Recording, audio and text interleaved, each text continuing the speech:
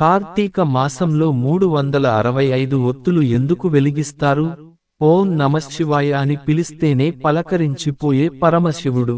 అందరికీ మనసులోనూ మనుషుల్లోనూ దగ్గరగా ఉండేవాడు పరమేశ్వరుడు.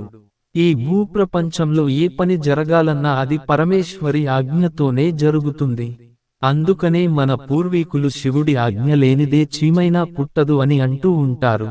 అలాంటి పరమశివుడికి కార్తీక మాసంలో 365 వత్తులు ఎందుకు వెలిగిస్తారు అనే విషయము గురించి మనం ఈ వీడియోలో తెలుసుకుందాం. ఇప్పటివరకు మీరు మా పురాణ రహస్యాలు ఛానల్ని సబ్స్క్రైబ్ చేయకపోతే వెంటనే సబ్స్క్రైబ్ చేయండి. ఇలాంటి చాలా వీడియోస్ మా ఛానల్లో అప్లోడ్ చేయబడి ఉన్నాయి. వాటిని కూడా ఒకసారి చూడవలసిందిగా కోరుకుంటున్నాము. ఇప్పుడు మనం వీడియోలోకి వెళ్దాం. మన పురాణాల ప్రకారం శివుణ్ణి ప్రతిరోజు ఆరాధించాలి. పరమశివుని ప్రతిరోజు పూజించి దీపారాధన చేయాలి. పూజా కార్యక్రమాలలో దీపారాధనకు ప్రత్యేకమైన స్థానం ఉంది. దీపారాధన లేకుండా ఏ పూజ పూర్తి అవ్వదు. అటువంటిది ఈ ఉరకలు పెట్టే ప్రపంచంలో, ముఖ్యంగా ఈ కలియుగంలో చాలా మందికి ఇంట్లో పూజలు చేయడం అస్సలు కుదరడం లేదు. ఎందుకంటే పొద్దున లెగిసిన దగ్గర నుంచి కాలంతో పాటు పరుగులు తీస్తూ ఉండటం అలవాటుగా మారింది.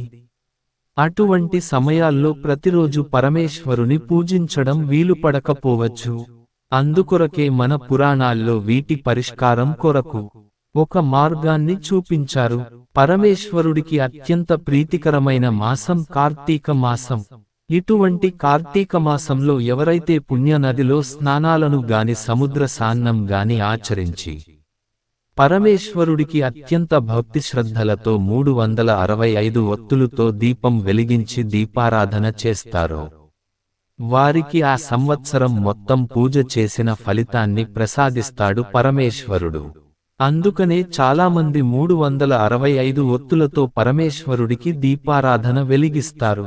ఇలా ఎవరైతే 365 ఒత్తులు వెలిగించి పూజ చేస్తారో వారి పూజలు నేరుగా పరమేశ్వరుడికి చేరుతాయి అని మన పురాణాలు చెబుతున్నాయి.